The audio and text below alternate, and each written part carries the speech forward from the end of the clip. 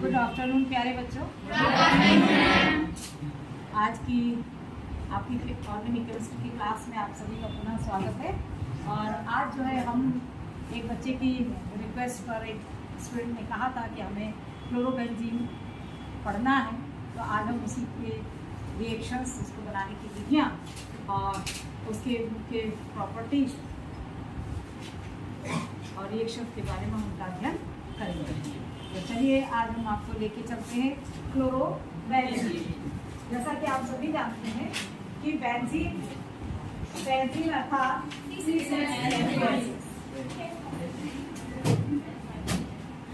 C6H6 benzene का क्लोरीनीकरण करने पर हमें क्लोरोबेंजीन प्राप्त होता है। क्या प्राप्त होता है? क्लोरोबेंजीन प्राप्त होता है। तो हम इसमें सीधा आपको रिएक्शन बताते हैं कि क्लोरोबेंजीन में जो हमारा हाइड्रोजन परमाणु है वह नाभिक के साथ बहुत दृढ़ता से जुड़ा हुआ रहता है। डायरेक्ट वह नाभिक के साथ में जुड़ा हुआ होता है।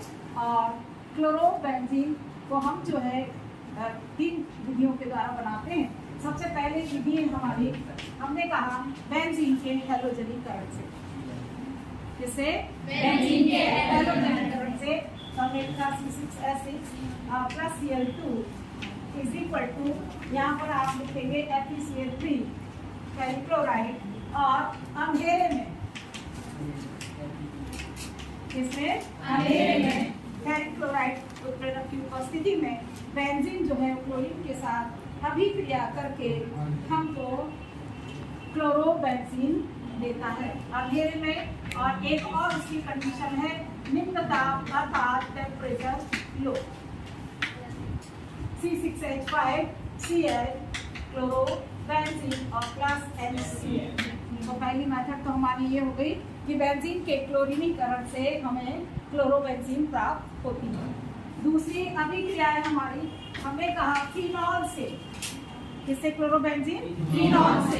फिनॉल जैसा कि आप सभी जानते हैं, मैं यहाँ पे लिख रही हूँ फिनॉल C6H5OH। फिनॉल अर्थात जिसका एक और भी नाम है कार्बोनिक अम्ल। क्या नाम है? कार्बोनिक अम्ल फिनॉल। और इसीलिए जो है फिनॉल अम्लीय प्रवृत्ति को दर्शाता है। इसकी प्रकृति कैसी होती है? अम्लीय। इसको पहले भी मैं आपको बता चुकी हूँ कि अल्कोहल उदासीन, फिनॉल अम्लीय और एमीन क्षारीय।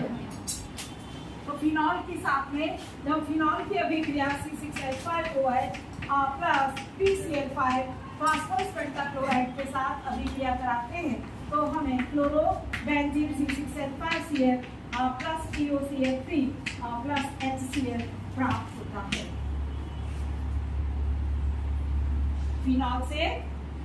फिनॉल पर PCl5 फास्फोरस पेंटाक्लोराइड की अभिक्रिया से हमें क्लोरोबेंजीन प्राप्त होता है। इसी तरीके से एक और आपकी अभिक्रिया है जिसको हम कहते हैं सैंडमेयर अभिक्रिया। कौन सी अभिक्रिया? सैंडमेयर अभिक्रिया। तो सैंडमेयर अभिक्रिया में हम लेते हैं बेंजीन डायज़ोनियम क्लोराइड C6H5N2Cl। जिसे इसका नाम और सूत्र नहीं पता है वो प्लीज लिख लीजिए C6H5N2Cl बेंजीन डायज़ोनियम क्लोराइड। क्या होता है ये? Benzene diazonium chloride. यहाँ पर यदि हम CuCl और HCl लेते हैं तो हमें प्राप्त होता है C6H5Cl प्लस N।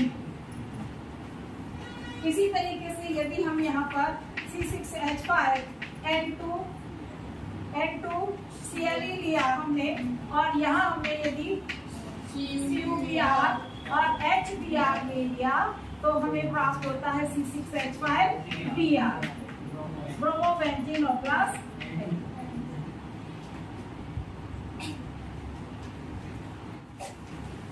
तो ये हमारी 3 मेथड ये ऐसी हो गई हैं। और चौथी मेथड हमारी है वेरी इंपॉर्टेंट, जिसको हम कहते हैं रैशिंग की विधि। कौन सी विधि? रैशिंग की विधि या रैशिंग मेथड, जिसके अंतर्गत हम क्लोरोबेंजीन औद्योगिक पैमाने पर या व्यापारिक स्तर पर क्लोरोबेंजीन को बनाने की विधि है। कौन से स्तर पर? व्यापारिक स्तर पर। जब हमें बहुत अधिक मात्रा में बनाना होता है, आवश्यकता होती है क्लोरोबेंजीन की, तब हम इसे रैशिंग की विधि के द्वारा इसका निर्माण करते हैं। किसके द्वारा करते हैं इसका निर्माण? रैशिंग की विधि के द्वारा व्यापारिक स्तर पर। इसका रिएक्शन हम सीधा सीधा लिखते हैं, C6H6 plus HCl plus 1/2O2 is equal to C6H5Cl chlorobenzene plus H2O।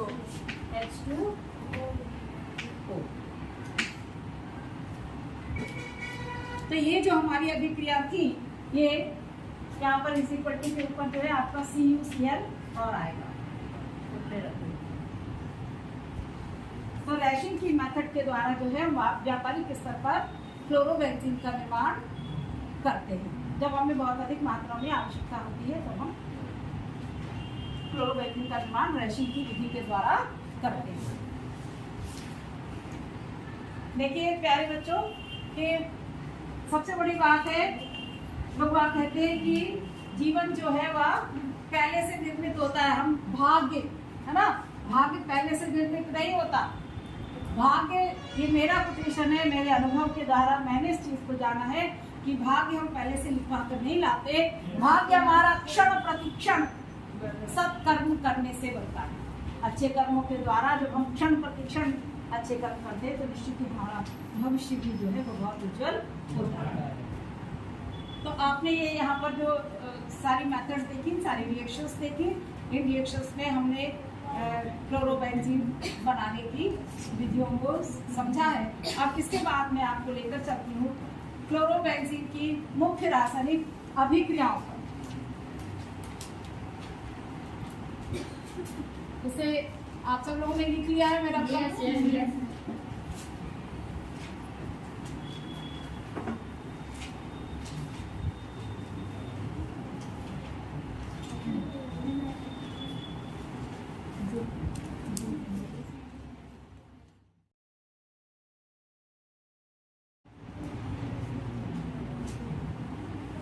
सबसे पहली रिएक्शन है, ये प्रश्न आता है कि क्लोरोबेंजीन से निम्न को आप कैसे प्राप्त करो।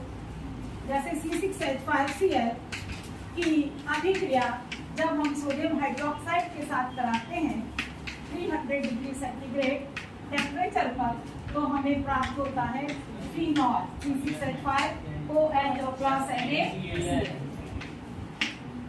तो एक तो हमारी रिएक्शन ये हो गई कि हम क्लोरोबेंजीन से फिनॉल को कैसे प्राप्त करेंगे, या हम इसे भी ऐसे भी कह सकते हैं कि क्लोरोबेंजीन की NaOH के साथ में अभिक्रिया, NaOH के जलीय विलयन के साथ में अभिक्रिया। इसमें मैंने यहाँ पर 300 डिग्री सेंटीग्रेड टेम्परेचर लिखा है। एक चीज और लिख लीजिए यहाँ पर, उच्च दाब। उच्च दाब।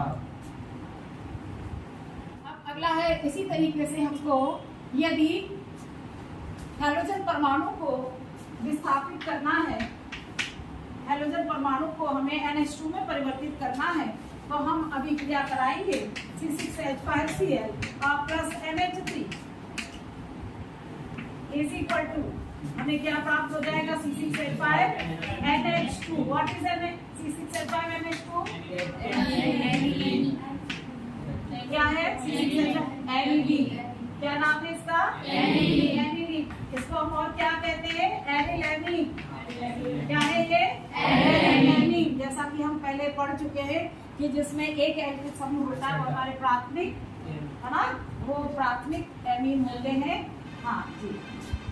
तो हमें क्लोरोबेंजीन से जब हम अमोनिया या अमोनिया के व्युत्पन्नों की अभिक्रिया कराते हैं तो हमें एनिलीन प्राप्त होता है।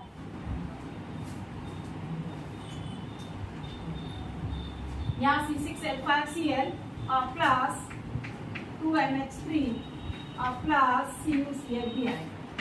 ठीक है, C6H5Cl plus 2NH3 plus Cu। C6H5Cl plus 2NH3 plus Cu2O is equal to C6H5NH2 plus HCl।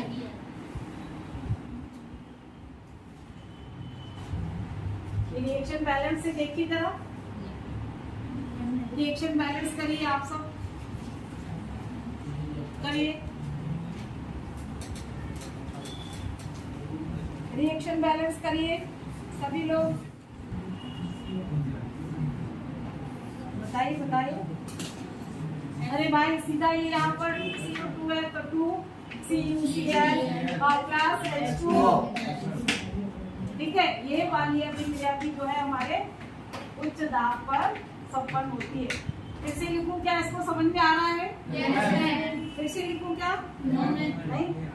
Chlorobenzene plus ammonia plus CU2O is equal to C6H5NH2 aniline aromatic amine plus 2 CuCl और plus H2O।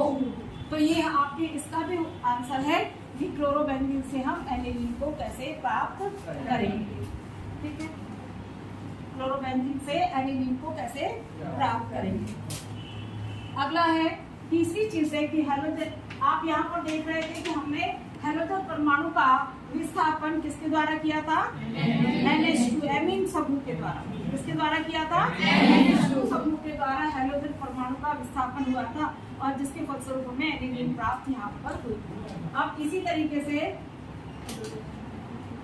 Next reaction है C6H5Cl और plus KCl। यहाँ पर भी जो है ये chlorine परमाणु KCl, तो यहाँ पर भी जो क्लोरीन परमाणु जो है वह साइनाइड के द्वारा विस्थापित हो जाएगा, जिसके फलस्वरूप हमें क्या प्राप्त होगा? C6H5Cl phenyl cyanide. ये क्या है इसका नाम? Phenyl cyanide. यदि यहाँ पर MC होता तो क्या होता? है ना, क्या होता? तो C6H5Cl और प्लस KCl। इसके फलस्वरूप आपने देखा कि क्लोरीन परमाणु जो है वो हमारे साइनाइड समूह के द्वारा विस्थापित हो गया।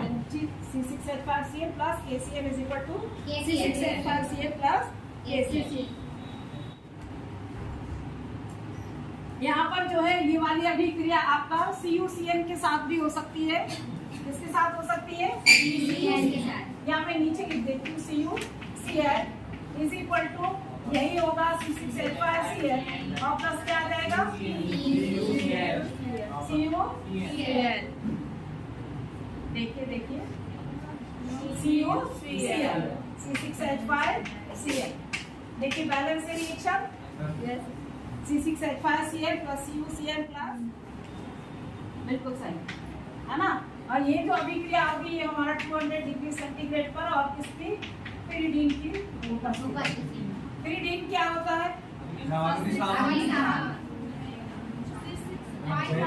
वो पायरीन होता है, वो पायरीन होता है CCl4 ये पायरीन है और पिरिडीन होता है C6H5N। नहीं मालूम तो प्लीज नोट कर लीजिए। ये पायरीन है जो अग्निशामक में प्रयुक्त होता है, बहुत बार बता चुकी हूँ मैं आपको क्लोरोफॉर्म वाले चैप्टर में भी। CCl4 पायरीन और C6H5N होता है आपका पिरिडीन।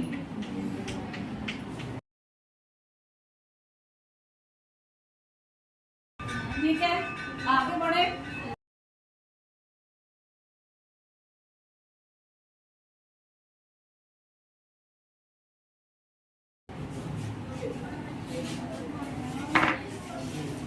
ठीक है, तो ये कितनी रिएक्शन हो गई? 3 रिएक्शन ही हो गई जिसमें आप देख रहे हैं हैलोजन परमाणु का हम विस्थापन कर रहे हैं। ठीक है, अगली रिएक्शन इसी तरीके से यही हैलोजन परमाणु का विस्थापन। Next reaction C6H5Cl plus KSH। KSH क्या है कोई बताएगा मुझे?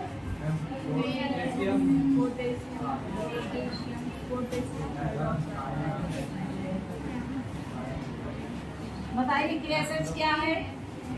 Potassium hydrogen sulphide. क्या नाम है इसका?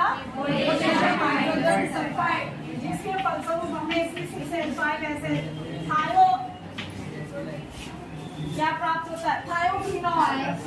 क्या प्राप्त होता है? थायोफिनॉल। C6H5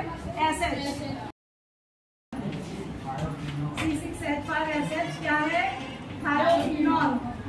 ध्यान रखिए कि फिनॉल का सूत्र होता है C6H5OH और इसका क्या है C6H5SH। एस अर्थात सल्फर। सल्फर जहाँ पर आया वहाँ पर वो कौन सा आ जाएगा? थायोड। वहाँ कौन सा शब्द आ जाएगा? थायोड। तो ये इसका क्या नाम हो जाएगा? थायोफिनॉल। क्या नाम हो जाएगा इसका? थायोफिनॉल। C6H5SH। SH C6H5SH। अब इसी तरीके से अगली रिएक्शन है आपकी एरिल हैलाइड। आप सबने पढ़ी होगी वुड्स अभिक्रिया। वुड्स अभिक्रिया पढ़ी है?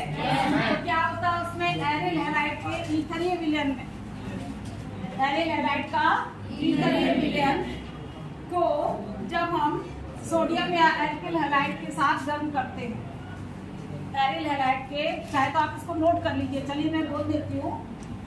एरिल हैलाइड के ईथरीय विलयन, एरिल हैलाइड के ईथरीय विलयन को, एरिल हैलाइड के ईथरीय विलयन को सोडियम व एल्किल हैलाइड के साथ, सोडियम व एल्किल हैलाइड के साथ,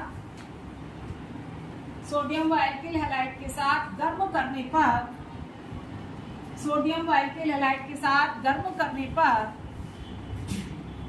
सोडियम व एल्किल हैलाइड के साथ गर्म करने पर हैलोजन परमाणु, हैलोजन परमाणु, हैलोजन परमाणु एल्किल समूह द्वारा, हैलोजन परमाणु एल्किल समूह द्वारा, एल्किल समूह द्वारा प्रतिस्थापित हो जाता है। हैलोजन परमाणु द्वारा प्रतिस्थापित हो जाता है। क्या क्या कहा मैंने कहा, ये देखिए ये हो गया हमारा एल्किल हैलाइड, प्लस हमने लिखा 2Na, फिर हमने कहा एल्किल हैलाइड के साथ में ये हमारा एरिल हैलाइड हो गया, 2Na plus alkyl halide.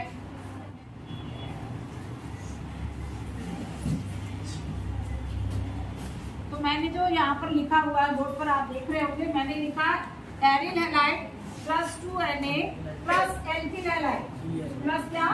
Alkyl halide. जो मैंने यहाँ पर लिख दिया है CH3, चाहे मैं Cl ले लूँ चाहे मैं Br ले लूँ, ठीक है? ठीक, इज इक्वल टू, अब इज इक्वल टू क्या हो जाएगा हमारा यहाँ पर C6H5CH3 क्या होता है? टॉलूइन। क्या होता है? C6H5CH3 टॉलूइन। C6H5N क्या होता है? पिरिडीन। अभी आपने लिखा ना सभी ने C6H5N पिरिडीन। मैंने कहा CCl4 क्या होता है? CCl4 अर्थात कार्बन टेट्राक्लोराइड। तो हम जो देख रहे हैं रिएक्शन यहाँ पर, ये हमारी कौन सी अभिक्रिया है? वुड्स अभिक्रिया। कौन सी अभिक्रिया है? वुड्स अभिक्रिया है, जिसमें हम देख रहे हैं कि कोई भी हमारा एरिल हैलाइड जब एल्किल हैलाइड के साथ अभिक्रिया करता है तो उसके फलस्वरूप हमें क्या प्राप्त हो रहा है? C6H5CH3 टॉलूइन plus 2NaCl। ये वाली हमारी कौन सी अभिक्रिया थी? वुड्स अभिक्रिया। अब इसके बाद से इसी तरीके से हम अगला रिएक्शन देखते हैं।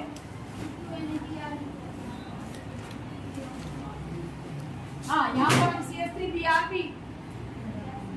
है ना, तो वहाँ क्या हो जाएगा? हाँ, यदि हम दोनों जगह Br लेंगे तब आएगा 2Na। ठीक है, इसके पश्चात जो है वो अगली रिएक्शन ये हमारी कौन सी थी? वुड्स अभिक्रिया। कौन सी अभिक्रिया? इसमें हमने एक हमारा एरिल हैलाइड था, दूसरा हमारा एल्किल हैलाइड था। एक एरिल हैलाइड और दूसरा एल्किल हैलाइड। अब जो हम अभिक्रिया कर रहे हैं उसमें आप देख रहे हैं कि C6H5Cl, फिर मैंने लिखा हुआ है प्लस 2Na और प्लस C6H5Cl पूरा लिख दिया। तो हमें जो प्राप्त होगा वो प्राप्त होगा डाइफेरिक। क्या प्राप्त होगा? डाइफेरिक। इसका क्या नाम है? डाइफेरिक। क्योंकि दो फेरिक समूह है इसलिए इसका नाम होगा डाइफेरिक।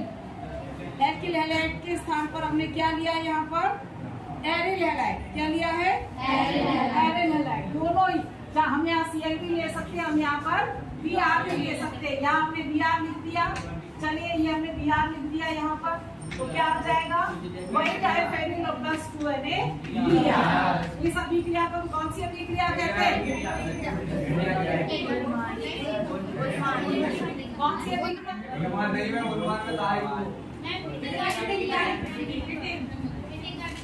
फिटिंग अभिक्रिया, ठीक है ना? एक गुड्स फिटिंग और एक गुड्स और एक गुड्स फिटिंग अभिक्रिया, ठीक है। अगला इसी तरीके से हम चलते हैं कौन सी अभिक्रिया पे? उल्मान अभिक्रिया। कौन सी अभिक्रिया है? उल्मान अभिक्रिया से यही रिएक्शन होगी, C6H5Br प्लस यहाँ पर आएगा Cu प्लस C6H5, यहाँ हम I ले लें, C6H5I इज इक्वल टू क्या हो जाएगा? यहाँ हमने ले लिया 2Cu, डाइफेनिल फिर भी जो है हमें अभिक्रिया के फलस्वरूप जो है वो डाइफेनिल ही प्राप्त होगा, C6H5 और C6H5 प्लस 2 Cu आया इतना समझ में सभी को? अब इसके पश्चात हम चलते हैं आपकी अभिक्रिया। तो इसके पास अगला है, इसी तरीके से एक और प्रश्न आता है आपका कि ग्रिग्नार्ड अभिकर्मक हमें कैसे प्राप्त होगा? ग्रिग्नार्ड अभिकर्मक या आप क्लोरोबेंजीन से ग्रिग्नार्ड अभिकर्मक को कैसे प्राप्त करेंगे? तो ग्रिग्नार्ड अभिकर्मक के लिए जो है हम लिखते हैं RMgX, तो उसका सूत्र होता है R बराबर क्या है यहाँ पर? कोई एक बच्चा मुझे बताइए R बराबर क्या? R बराबर एल्किन सपोज, R बराबर एल्किन या एरिल भी हो सकता है ना? फिर Mg तो है ही है, और X की जगह क्या हो जाएगा? हेलोजन परमाणु। हेलोजन परमाणु में ClBrI कुछ भी हो सकता है, ठीक है। RMgX ग्रिग्नार्ड अभिकर्मक का जनरल फार्मूला है, सामान्य सूत्र है। जैसे आप एल्किन का पढ़ते हैं CnH2n, एल्किन का पढ़ते हैं CnH2n -2 नहीं, एल्किन का होता है CnH2n और एल्काइन का होता है CnH2n -2। तो एल्केन, एल्कीन और एल्काइन। एक बार फिर से रिवाइज करें, एल्केन CnH2n, बोलिए एल्केन CnH2n, एल्कीन CN, सही बोल रहे हैं? फिर गलत बोल रहे हैं आप। एल्केन CnH2n +2, एल्केन क्या होता है?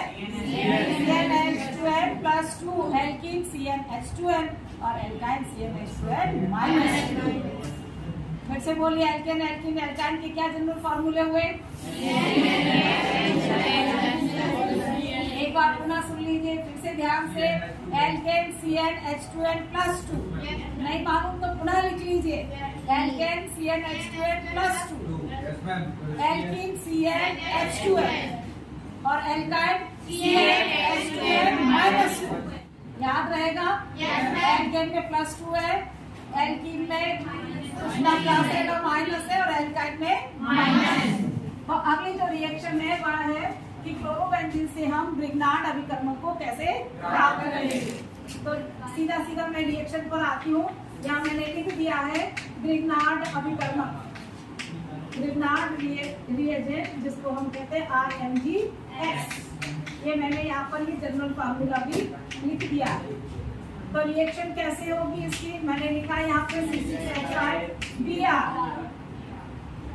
Plus Mg is equal to क्या हो जाएगा? C6H5MgBr। यहाँ पर जो हम ले रहे हैं फेनिल ब्रोमाइड ईथर ये विलयन होगा, क्या होगा यहाँ पर? ईथर। शुष्क ईथर की उपस्थिति में मैग्नीशियम से अभिक्रिया करके, यहाँ पर क्या लिखेंगे हम? शुष्क ईथर। ईथर जो होते हैं उनका जनरल फार्मूला क्या होता है? R-OR। क्या होता है जनरल फार्मूला? R-OR। तो देख रहे हैं आप कि रिएक्शंस आपको सारी क्लियर होती चल रही हैं। अब इसके पश्चात जो है ग्रिग्नार्ड अभिकर्मक के बाद नेक्स्ट इक्वेशंस जो है वो आपकी है अपचयन अभिक्रिया। कौन सी अभिक्रिया? अपचयन अभिक्रिया किसकी? किसकी? क्लोरोबेंजीन की। किसकी? क्लोरोबेंजीन की। और मैंने कहा तो किसकी? एरिल हैलाइड की। किसकी? एरिल हैलाइड की। और हम किसके बारे में पढ़ रहे हैं अभी? क्लोरोबेंजीन की। किसके बारे में पढ़ रहे हैं? क्लोरोबेंजीन। तो क्लोरोबेंजीन का जब अपचयन होता है, कौन सी अभिक्रिया होती है? क्लोरोबेंजीन का जब अपचयन होता है तब हमें C6H6 और प्लस HCl प्राप्त होता है। यहाँ जो इज इक्वल टू का जो साइन लिखा हुआ है उसके ऊपर आएगा Na और Al। तो जब हम क्लोरोबेंजीन का अपचयन करते हैं, क्लोरोबेंजीन का अपचयन निकेल एल्यूमिनियम की विषु धातु द्वारा और क्षार द्वारा अपचयन करने पर हमें बेंजीन प्राप्त होता है। बेंजीन प्राप्त होता है अपचयन द्वारा। अब इसके बाद हम सीधा जो इसकी इंपॉर्टेंट रिएक्शंस हैं वो है हमारी इलेक्ट्रोफिलिक सब्स्टिट्यूशन, इलेक्ट्रोफिलिक प्रतिस्थापन। कौन सी अभिक्रिया है इंपॉर्टेंट? इलेक्ट्रोफिलिक प्रतिस्थापन। ये आपने सबने नोट कर लिया है? Yes ma'am. नोट किया है ना? Yes ma'am. मैं इसको रफ कर दूं? Yes ma'am.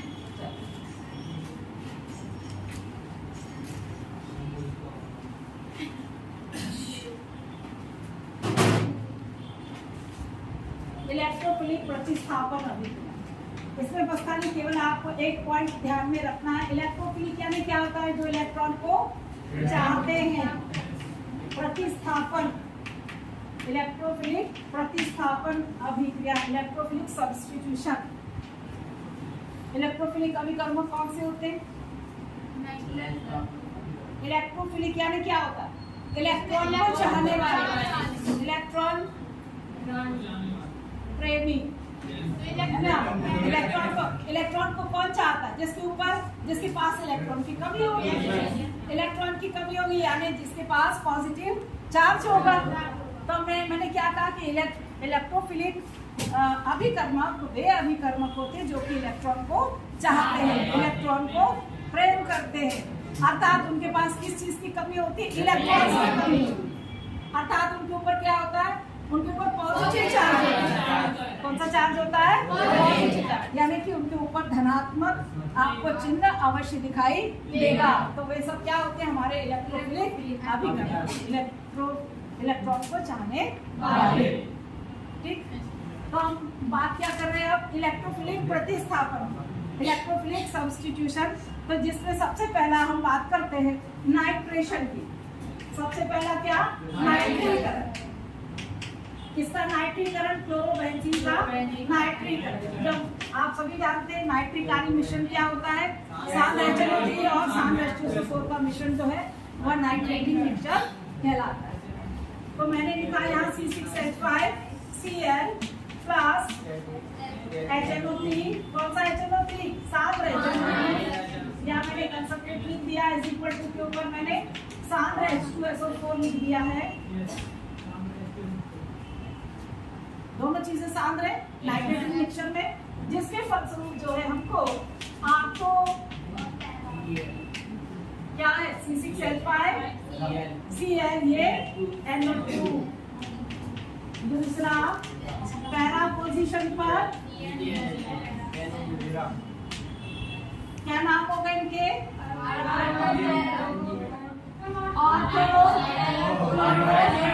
ऑर्थोनाइट्रोबेंजीन, पैरा क्लोरोनाइट्रोबेंजीन। लिख लीजिए आर्थो,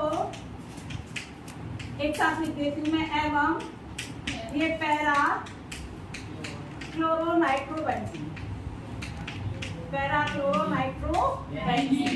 अभी मैं आपको बहुत सरल तरीके से समझा रही हूँ केवल आपको याद कराने के लिए। आर्थो क्लोरोनाइट्रोबेंजीन एवं पैरा क्लोरोनाइट्रोबेंजीन, मतलब जो भी हमें कहना चाहिए, जो भी हमें क्रिया के फलस्वरूप जो उत्पाद प्राप्त होंगे वो सभी हमें आर्थो और पैरा पोजीशन पर मिलेंगे। ठीक है, आर्थो और पैरा पोजीशन। इसी तरीके से मैंने कहा ये नाइट्रेशन था। अब हम बात करते हैं किसकी? क्लोरीनीकरण की या हैलोजनीकरण। इसकी क्लोरीनीकरण या हैलोजनीकरण। सेम वही रिएक्शन C6H5Cl आपका Cl2 R is equal to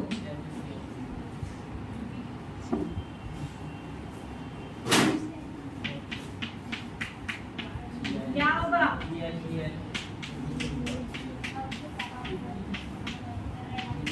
ortho और पैरा डाइक्लोरोबेंजीन क्या थे प्राप्त करने? आर्थो में ऐसे लिख दिया वो आर्थो और पैरा डाइक्लोरोबेंजीन, क्योंकि क्लोरीन के दो परमाणु हैं डाइक्लोरोबेंजीन, आर्थो पैरा डाइक्लोरोबेंजीन। आया इतना समझ में सबको? ठीक है। इसी तरीके से अगला रिएक्शन है आपका, इसमें लिख लीजिए जहाँ आपने Cl2 लिखा है यहाँ पर FeCl3 लिख लीजिए, और ये इसको क्लोरीनीकरण या हैलोजनीकरण भी हम लिख सकते हैं, दोनों चीजें हैलोजनीकरण। ठीक है, तो हमें क्या प्राप्त हुआ? आर्थो और पैरा डाइक्लोरोबेंजीन। ठीक है, अब इसी तरीके से अगली नेक्स्ट रिएक्शन है, आप सभी जानते हैं, मैं यहाँ पर लिख रही हूँ, आपको यही बोल देना होगा। मैंने आपको कई बार बताया कि जहाँ निर्जल AlCl3 आए यानी वहाँ कौन सी अभिक्रिया? कौन सी अभिक्रिया? क्राफ्ट अभिक्रिया। तो निर्जल AlCl3 लिखा है हमने यहाँ पर, और यहाँ हम लिख रहे हैं, यहाँ हम क्या लिखेंगे रिएक्शन में? देखिए आप C6H5Cl plus CH3Cl is equal to मैं नीचे लिख दूँ, इसको मिटा दूँ या फिर? Yes, ma'am। ये यहाँ लिख दूँ।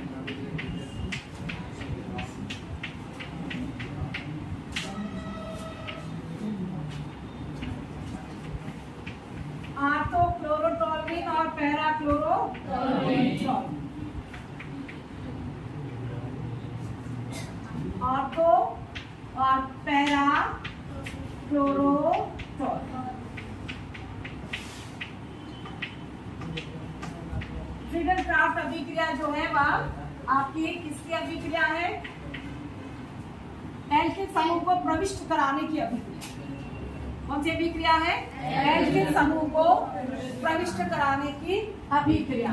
जहाँ निर्जल AlCl3 आता है, यानी कि आप मान के चलिए वहां पर आंख मूंद करके भी वहां पर अभिक्रिया जो है वह फ्रीडल-क्राफ्ट अभिक्रिया।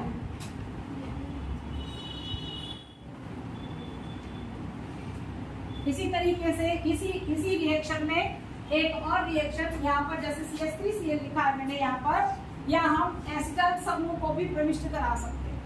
वो वाली भी रिएक्शन लिखूं? ये ऊपर वाला मिटा दूं मैं? Yes, ma'am।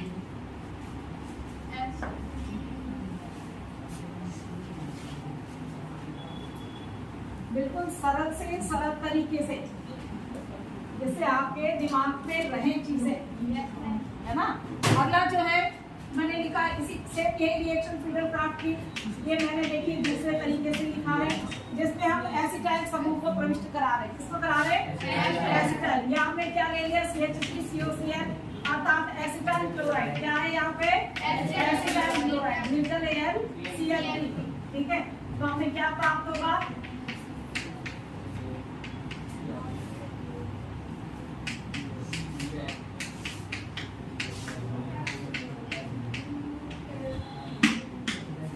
क्या हुआ ये? Ortho chloro acetophenol. Very good, ortho chloro acetophenol, ortho and para. ठीक है, और हमने क्या लिख दिया नीचे? Chloro acetophenol, acetophenol. ये आप देख रहे COCH3 जो मैंने जोड़ा हुआ है, ये है आपका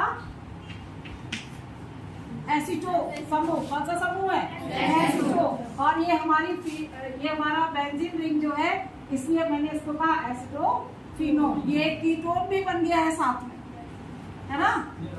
हाँ, इसलिए इसका नाम क्या हो गया? Ortho chloro acetophenol. इसका नाम हो गया पैरा क्लोरो एसिटोफिनोल। इसी तरीके से अब नेक्स्ट रिएक्शन है, ये मिटा दूंगा। ये मैंने इसको रख कर दिया। आर्थोक्लोरोएसिटोफिनोन और पैराक्लोरोएसिटोफिनोन। अब नेक्स्ट रिएक्शन जो है उसका है सल्फोनीकरण। क्या है? सल्फोनीकरण। किसका? Chlorobenzene. C6H5Cl plus H2SO4 is equal to, वैसा ही जैसे अभी तक आप करते आए तो हमें क्या प्राप्त होगा? आर्थोक्लोरोसल्फोनिकम और पैराक्लोरोसल्फोनिकम। ठीक है, यहाँ पर ऑब्लिक जैसे मैंने यहाँ H2SO4 लिखा है तो H2SO4 भी हो सकता है, ऑब्लिक SO3 भी हो सकता है, सल्फर ट्राइऑक्साइड। ठीक है, इसके फलस्वरूप जो हमें प्राप्त हुआ ClSO3H, आर्थोक्लोरोसल्फोनिक अम्ल और पैराक्लोरोसल्फोनिक अम्ल। याद हो गया होगा मुझे लगता है सभी को। याद हो गया? अच्छा, कल जब मैं पूछूंगी तो आप लिखकर दिखा पाएंगे? चलिए ठीक है, वेरी गुड।